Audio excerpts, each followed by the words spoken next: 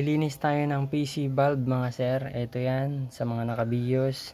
Tanggalin muna natin ang negative battery terminal, no, bago tayo maglinis. Itong gagamitin natin mga paps, no, Hardex. So simulan na natin mga tol. Kakailanganin nyo mga paps ng deep socket, no, na wrench para dyan. Tanggalin na natin mga paps, no. Nalawagan ko na yan. Ito yan. Ito mga paps. Ayan, medyo malinis pa siya pero madumi na. Malalaman mo kapag okay pa kapag umaalog.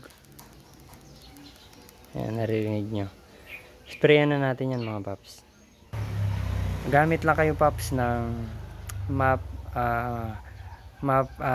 sensor cleaner. Pwede na to, no, itong Hardex. Sprayan nyo lang to mga paps. Ito. Ayan, yung kita nyo nalaglag yung dumi.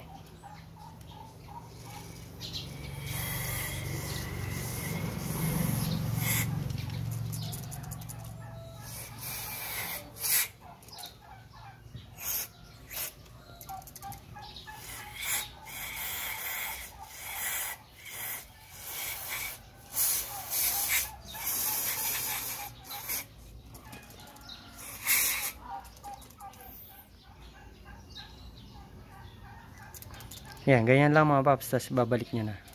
Stop, sige na.